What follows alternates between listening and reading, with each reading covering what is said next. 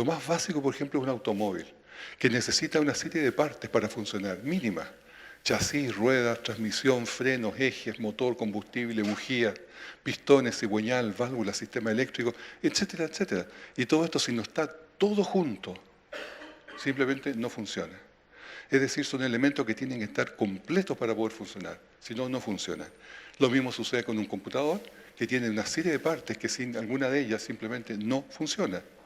O el reloj, que tiene también una cantidad enorme de partes y cuando están todas juntas, están todas coordinadas, están todas en el tamaño adecuado, en el material adecuado, la forma adecuada, recién viene a funcionar bien.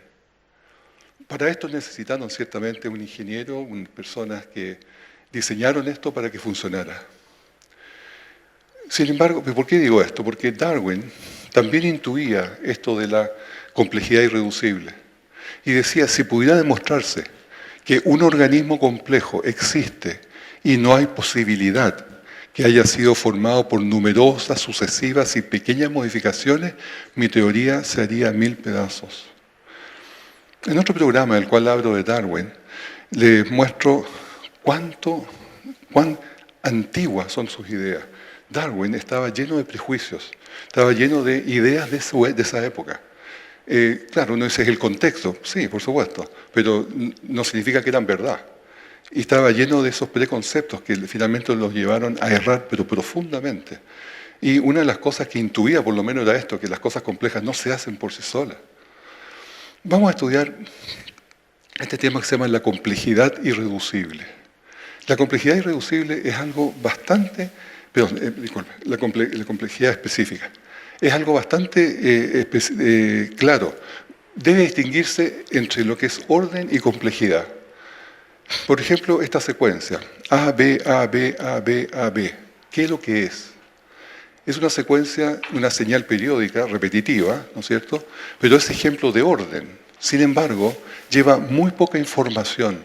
Simplemente es AB repetido 6 veces. Más, la naturaleza genera patrones, como por ejemplo los cristales de hielo. Hay muchas personas que piensan que los cristales de hielo es una demostración de inteligencia, como algo que se está formando por sí solo. No es así. Las propiedades de enlace que tienen las moléculas de agua le dan los ángulos para formar. Y resultado, por el azar, se forman estas maravillas con 6 lados, que son todos diferentes unos de otros. Pero nunca va a haber un cristal de hielo que esté diciendo, hola, ¿cómo estás? O sea, que esté transmitiendo un mensaje. Ellos solamente se ordenan de acuerdo a los enlaces químicos que tienen de las moléculas, y punto. Este tipo de comunicación requiere mucho, o sea, un holo como está, requiere mucho más que las leyes naturales, requiere información. Entonces, estos cristales se ordenan como cristales de hielo y no hay mayor codificación, son regulares, simples y repetitivos. La estructura de la molécula de sal. Esta es una sal común, sal de mesa, y también es una secuencia regular de átomos que contiene poca información y no tiene complejidad. Ahora, los cristales muestran orden, efectivamente son ordenados, están bien compactados y están bien ordenados, pero la vida, nuestra vida, necesita complejidad. El doctor Paul Davies es un físico teórico inglés, un astrobiólogo y escritor, y dice que las secuencias del ADN deben ser impuestas externamente por un proceso inteligente. Nos entramos ahora en el ADN. Deben ser impuestas por un proceso inteligente. Por ello la química por sí sola no podría explicar el origen de la vida, más de lo que puede explicar el estudio de la silicona, el cobre, el plástico o cualquier elemento que contiene un computador que nos pueda decir cómo ese computador puede ejecutar su programa. ¿Te fijan? Son diferentes mundos. Una cosa son los materiales y otra cosa es la información que procesa. Y este es exactamente el problema. Una señal, por ejemplo, como la que se ve allí, que es compleja, es larga, no es ordenada, es compleja sí, pero no es ordenada y no contiene información útil, no tiene especificidad. Pero esta es una frase ordenada y compleja y especificada, que es solo sé que nada sé. Ahí sí que hay un mensaje, ahí sí que hay información, ahí sí que está especificado. Ahora, ¿cuál es la posibilidad matemática que esta información codificada, la que acabo de poner, pueda formarse por sí sola, por el azar? El solo sé que nada sé. Si se considera que el total de letras del alfabeto español son 27, todas con la misma opción de participar en esta casualidad que se forme sola, para determinar cuántas, tenemos 15 caracteres acá, más 4 espacios entre medio, 1, 2, 3, 4. Y esta, por lo tanto, son 19 caracteres que tienen que ordenarse solos. La posibilidad que se haga por sí solo es esa, 27 elevado a 19. ¿Cuál es la posibilidad? Es 1,57 por 10 elevado a 27. Es decir, un 1 partido por todo ese tremendo número. Esa es la posibilidad que solo sé que nada sé, que es una frase especificada, pueda tener vida por sí sola. O sea, ¿qué es eso? Cero. Ni una sola posibilidad que se haga por sí sola. El código especificado no denota azar.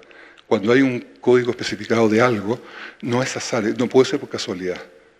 Nada en el mundo natural, inanimado, se asemeja a un mensaje o un sistema de información codificada. Cambiemos ahora de plano. Vamos ahora a otro lenguaje, el ADN. Y aquí tenemos la célula, el núcleo dentro del núcleo, en el ser humano, los 23 pares de cromosomas que están allí, y dentro del cromosoma está enrollado el ADN, que está acá. Y el ADN con 4 letras, digamos, con A, T, C y G, las cuales son la adenina, la timina, la guanina y la citosina. Estos se organizan ahora internamente en codones. Dentro del ADN, van cada 3, es un codón. Y un codón es un aminoácido, o sea, define un aminoácido, y en este caso GCA es la alanina, que es un aminoácido. Y aquí está el código genético completo, con todas las letras que tenemos, los codones. Todos esos codones se están significando un aminoácido, allí está. Todos esos aminoácidos, y alguno de ellos significa parar, como el stop que está allí.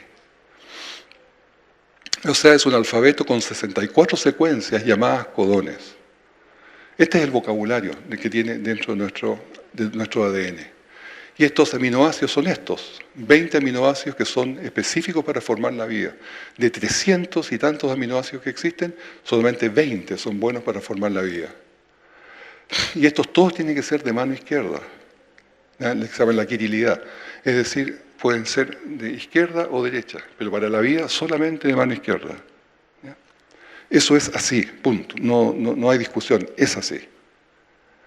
Y ahí están nuevamente todos los aminoácidos, los 20 aminoácidos que sirven para la vida, con sus diferentes letras que los van identificando. Curiosamente, hay algunos de ellos, como la serina o la lisina, que tienen varias letras que se componen, varios codones que le está diciendo esto es el mismo producto. Y se preguntaron por qué. Y se descubrió por qué. Por ejemplo, el GGU, GGC y GGA y GGG, todos están especificando la glicina, que es un aminoácido. ¿Pero por qué 4? Porque existe hoy día, se sabe que hay un lenguaje celular que lo interpreta el ribosoma. El ribosoma es el que finalmente forma la proteína. Y ese ribosoma va a saber qué forma tiene que actuar, pausado, tiene que regular la velocidad, y después finalmente le llega también el efecto endoblador. Cuando se mete la máquina dobladora dentro de la célula, también ahí ese diferente letra final le va a indicar un diferente proceso. Vamos a ver esto un poquito más adelante para que lo grafiquen mejor.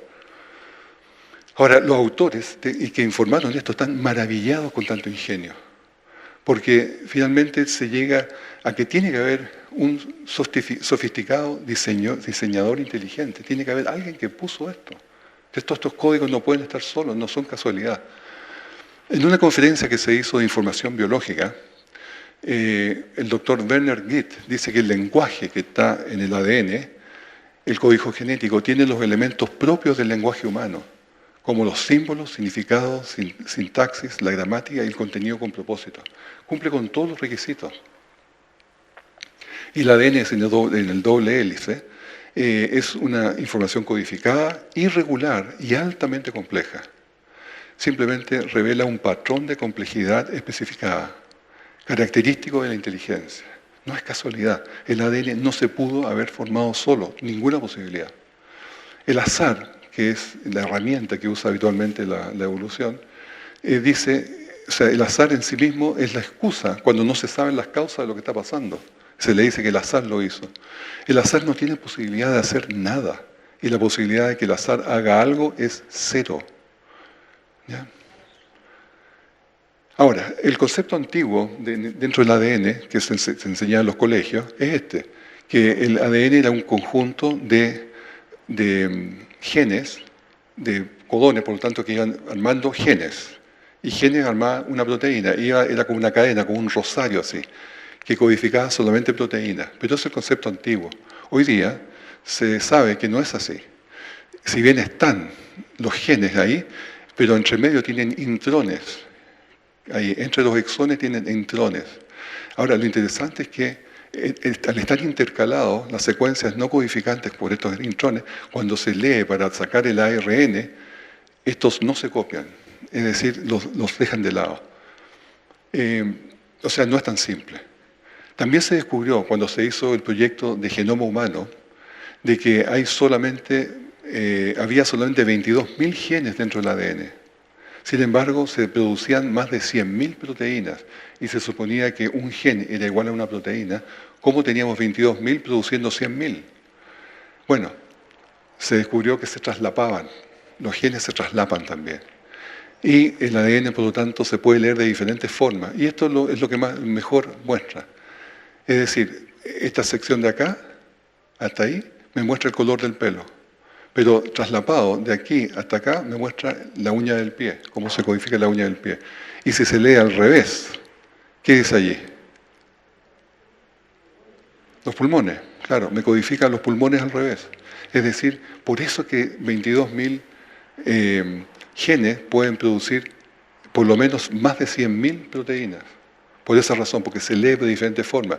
Más todavía, se descubrió después que no solamente se lee así, sino que puede ir saltándose los codones y comienza a leerse un aminoácido diferente en la medida que se va corriendo.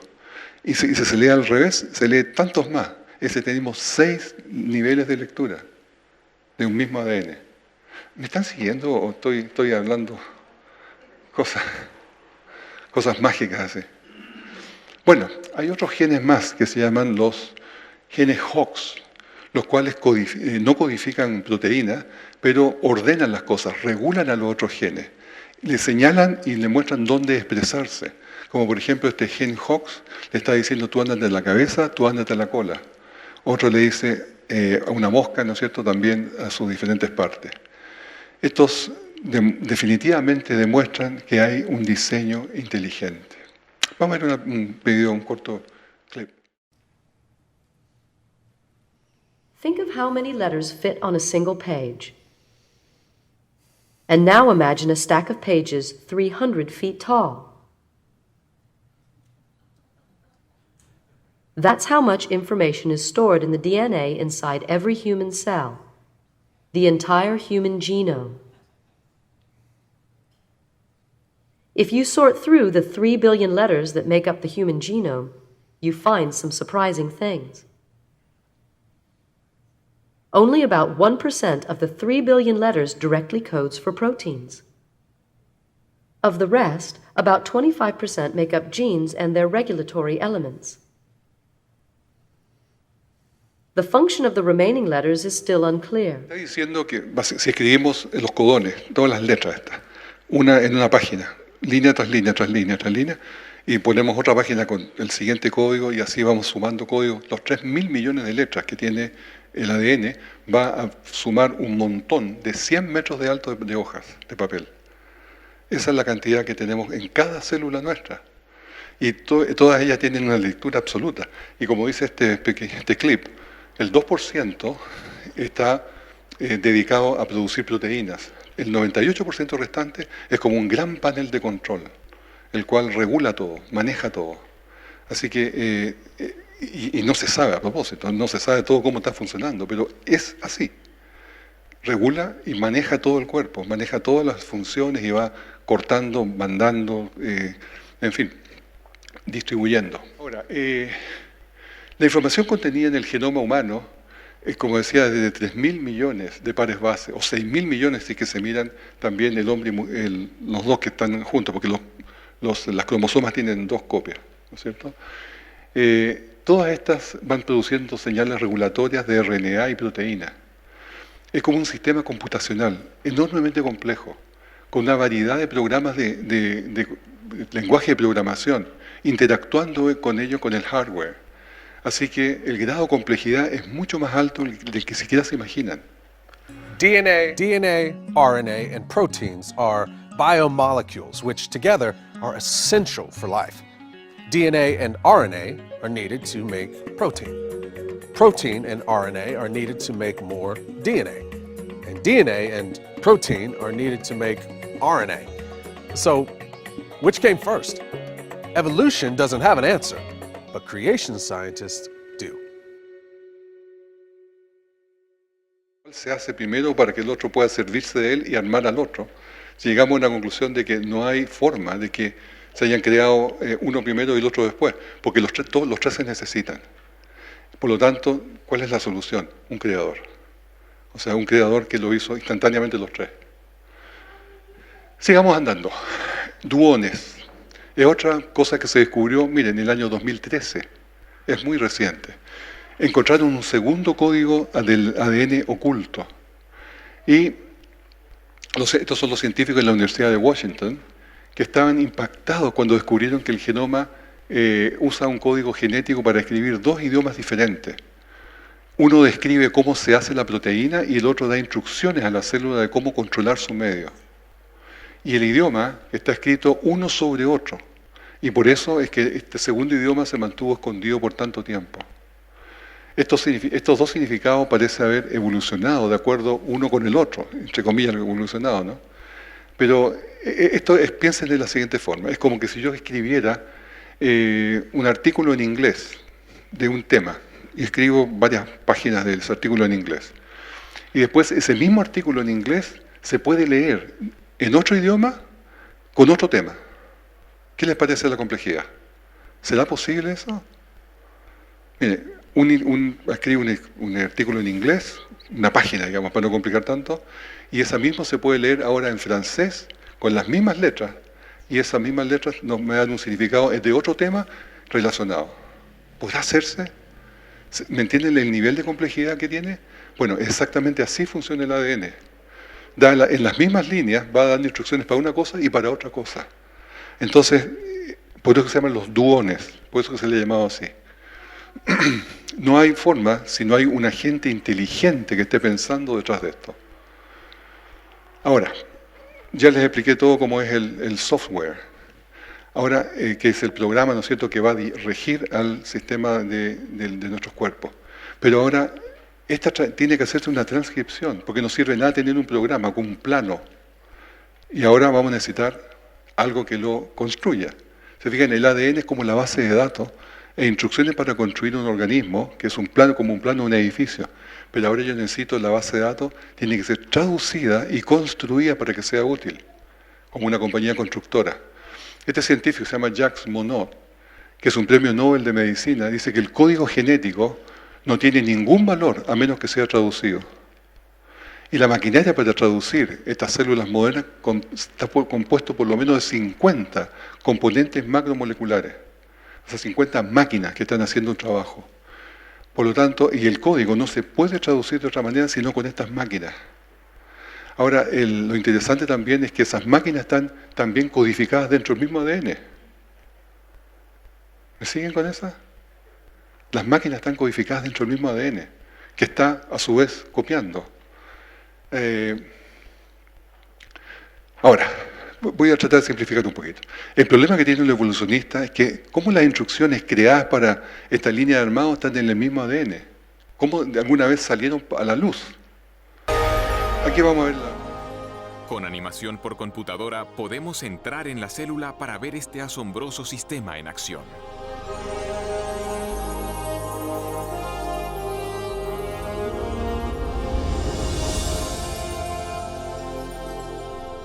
Después de entrar en el núcleo de la célula, vemos las hebras de ADN bien enrolladas. Son las bibliotecas de instrucciones necesarias para construir cada proteína en un organismo.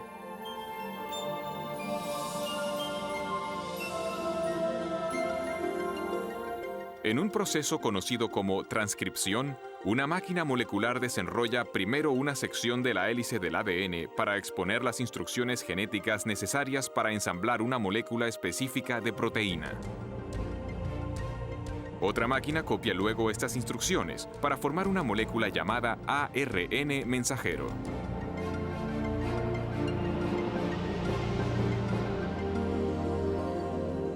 Cuando se ha completado la transcripción, la delicada hebra de ARN lleva la información genética a través del complejo de poros del núcleo, el regulador de tráfico adentro y afuera del núcleo.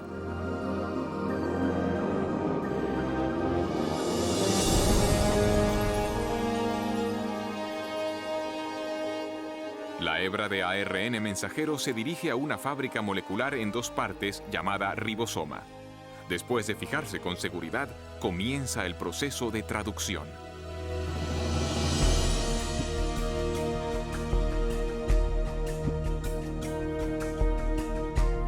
Dentro del ribosoma, una cadena de montaje molecular ensambla una cadena de aminoácidos secuenciada de una manera específica. Estos aminoácidos son transportados desde otras partes de la célula y luego son ensamblados en cadenas a menudo de cientos de unidades de longitud. Su orden de secuencia determina la clase de proteína manufacturada.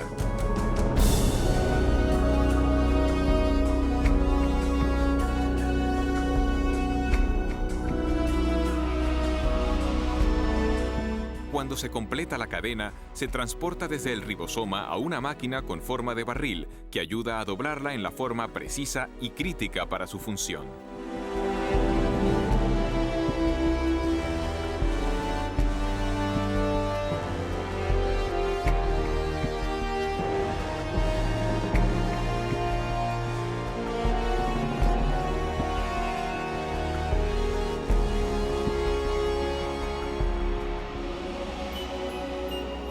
Después que la cadena queda doblada como proteína, es liberada y conducida por otra máquina molecular al lugar exacto donde se la necesita.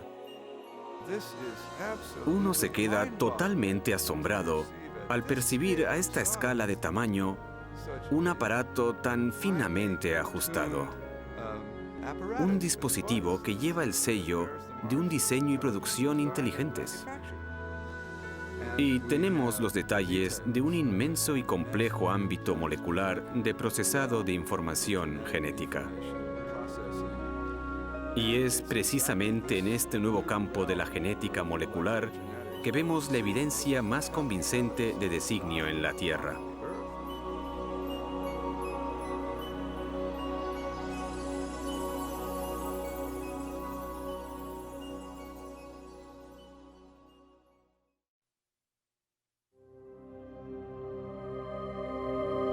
A este nivel, prácticamente la evolución comenzó a retroceder, porque no tenían ninguna explicación para estas cosas.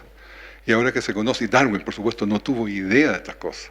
Así que cuando tenemos a la vista estos descubrimientos y todas estas máquinas maravillosas, lo único que podemos pensar es un diseñador inteligente. No hay otra forma, no hay otra respuesta, simplemente. Ahora, ¿por qué les muestro esto? El ADN tiene varios problemas. El ADN no es un elemento estable, al contrario, es bien inestable. Por lo tanto, necesita una máquina reparadora.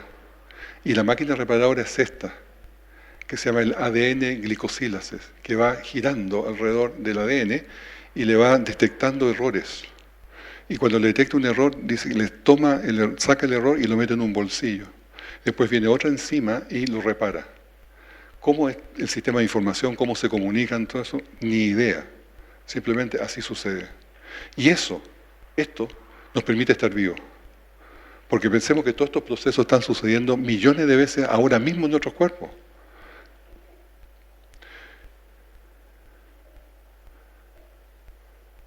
Entonces, ¿por qué nos pasa todas estas cosas? Hay mutaciones, hay alquilaciones, hay radiación, hay ataques químicos dentro de nuestro ADN. Y eso va produciendo esta degradación. Más todavía, sin este mecanismo de reparación, en operación desde el principio, La información se degradaría muy rápido y desaparecería como información, porque sería una información imperfecta, que produciría malas proteínas, por lo tanto simplemente mataría a la raza humana o a cualquier animal. Recientemente, los científicos Thomas Lindahl, Paul Modrich y Aziz Shankar ganaron el premio Nobel de Química en el año 2015, recién el año pasado, y justamente en este tema, por el descubrimiento de los mecanismos de reparación del ADN. Dice en el artículo de BBC que en los años 70 los científicos creían que el ADN era una molécula estable, pero el profesor Lindahl demostró que esta se degrada a una tasa muy alta. Y esto le llevó a él y a su equipo a buscar mecanismos de reparación, y encontraron varios. Y el artículo habla de los mecanismos de reparación como procesos esenciales. Y sin duda estos mecanismos de reparación, sin esos mecanismos de reparación, el ADN se desarma a una velocidad sorprendentemente rápida. Prácticamente el ADN se hace pedazos, se segrega, se separa inmediatamente cuando no hay una reparación. Y les complico más la vida todavía, con el código epigenético. Más allá de toda la complejidad que ya tenemos, existe un código epigenético. ¿Qué significa esto? Es como un titiritero. Ubican un titiritero, ¿no es cierto? Uno que maneja muñecos así. Y desde arriba va manejando al gen, al ADN. Entonces este comandante va manejando desde arriba, por eso que se dice sobre, el epi significa sobre la genética, con marcadores químicos. Les manda marcadores y hace que un gen se detenga, un gen se exprese o un gen se repita. En fin, hay una serie de mecanismos para hacer expresar esos genes ahora. Y y aquí sí que dependen de factores externos. Nosotros podemos decir que nuestra genética depende de nuestros padres, sí, pero en este caso depende de factores externos, como la dieta, por ejemplo, y también de nuestros abuelos. Curiosamente, más que los padres, de los abuelos. O sea, lo que tu abuela comió es como eres hoy día. Tiene bastante que ver contigo. Esta es como la puntuación, por ejemplo, en la gramática. Fíjense en este caso. Una mujer sin su hombre es nada. ¿Ya? Ahí, porque ponemos las comas así. Una mujer, coma, sin su hombre, coma, es nada. Pero si le cambiamos la puntuación, en vez de una coma ponemos 2 puntos. Una mujer declara, sin ella, el hombre es nada. ¿Se fijan? Es cosa de cambiar la puntuación. Es exactamente eso lo que hace la epigénesis.